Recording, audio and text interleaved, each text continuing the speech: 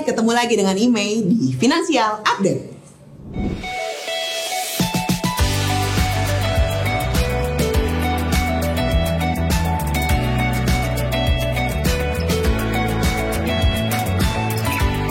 Oke, kita akan masuk di tahun 2023 nih. Tahun 2023 itu akan masuk ke pesta politik. Kira-kira pesta ekonomi juga nggak ya? Dampak dari pesta politik di tahun 2023 kira-kira berpengaruh nggak ya terhadap ekonomi Indonesia? Sudah pasti. Dengan isu politik di 2023 akan banyak sekali dana-dana cash itu berhamburan di tengah masyarakat. Salah satunya misalnya akan meningkatkan konsumsi dari para politikus-politikus yang nanti mencalonkan para pilihannya untuk jadi presiden. Misalnya gini, para politikus ini dia akan bikin baju, bener nggak? Bikin kaos, sehingga akan menaikkan omset para penjual kaos. Pembikin kaos, akan banyak beras dibagikan, uang-uang dibagikan, sehingga ekonomi diharapkan bisa semakin bergairah. Perputaran uang pada saat pesta politik ini akan sangat cukup tinggi, ya, sehingga ekonomi akan sangat berputar lebih lancar ketimbang tahun 2021 maupun 2022. Kalau konsumsi tinggi, dianggap bahwa investasi di ekonomi Indonesia cukup menarik. Asing juga akan ngelihat kira-kira dengan potensi para pilihan presiden ini, mana yang kira-kira bisa kita pilih untuk taruh dana. Kalau dengan presiden A, dia kayaknya nggak setuju. Presiden B, maka asing dia akan taruh investasi di calon pilihan politiknya. Sehingga apa yang terjadi? Kalau investasi semakin enak, penerimaan pajak untuk Indonesia juga semakin naik, sehingga diharapkan impor berjalan juga dengan baik, pertumbuhan ekonomi bisa cukup stabil. Pesta politik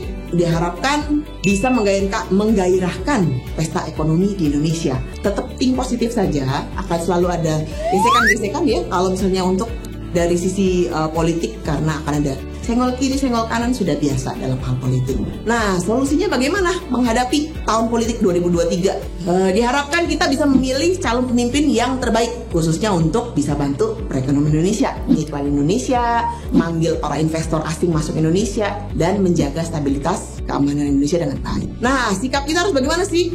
Kita harus bijaksana menyikapi politik agar tidak ikut memanas. Peran kita sebagai masyarakat, kita harus mendukung proses pemilihan presiden nanti di 2023, walaupun nanti pemilihan 2024 ya. Ya, jadi jangan ikut-ikutan share-share berita yang hoax, yang belum tentu benar, supaya ekonomi kita juga aman, tenang, tidak takut ya, karena kan ekonomi kita kalau terganggu sedikit demo, politiknya kesenggol dikit demo, akhirnya apa? Tokonya tutup, nggak bisa jualan, ya, ekonominya jadi slow. Jadi harapannya kalau politiknya kita mainnya pintar, mainnya bijaksana, mainnya sesuai dengan aturan, harapannya ekonomi kita juga bisa tumbuh dengan baik. Nah, ngomongin soal milih pemimpin, kita harus pintar-pintar milih pemimpin, benar nggak? Karena pemimpin ini akan bawa Indonesia menuju lebih baik ke depannya. Pemimpin yang baik, kalau menurut saya, pemimpin yang baik atau yang bisa membawa ekonomi Indonesia itu makin berkembang. Salah satunya dia harus pintar jualan. Dia harus bisa menjual negaranya dalam hal positif. Memanggil investor asing masuk ke Indonesia untuk berinvestasi. Membuat iklim investasi Indonesia itu sedemikian seimbangnya. Ya, di luar isu-isu politik yang lagi berkembang, tapi dari hal sisi ekonominya masih cukup terjaga.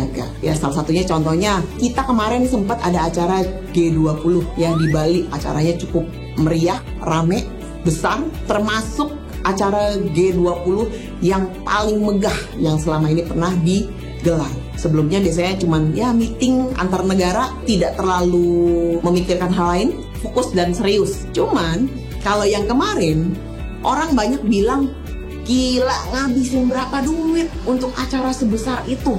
Boros ini pasti. Tapi teman-teman tahu nggak, acara yang menghabiskan biaya kemarin kurang lebih berapa ya? Mungkin ada yang bilang sampai ratusan M, sampai 2T.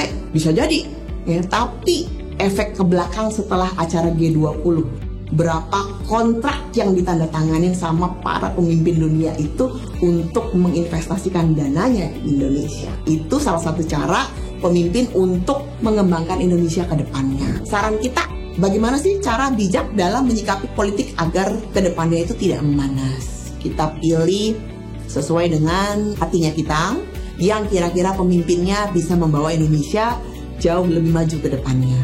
Terlepas dari isu-isu politik di luaran, kita cari pemimpin yang bisa bekerja, benar apa tidak?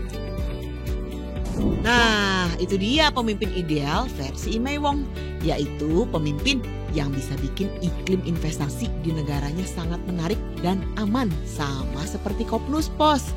Investasi di Kopnus Pos juga menarik dan aman loh, imbal jasa yang menarik sampai dengan 9%. Yang tentu saja di atas inflasi ditambah pengelolaan dana yang sangat aman membuat Kopnus Pos memimpin menjadi yang terbaik, terbesar, dan tersebar di Indonesia. Nah, pastinya bakalan menjadi investasi yang menjanjikan juga loh di Kopnus Pos, ditambah lagi dengan banyak program-program menarik setiap bulan. Yang sayang banget kalau dilewatkan. Langsung cek sekarang juga. Download aplikasi Oren by Kopnus Pos di Play Store dan di App Store juga ya. Nah, semoga informasi yang tadi bisa semakin menambah wawasan teman-teman semua dan makin bijak mengatur keuangan. Saya Imei, undur diri.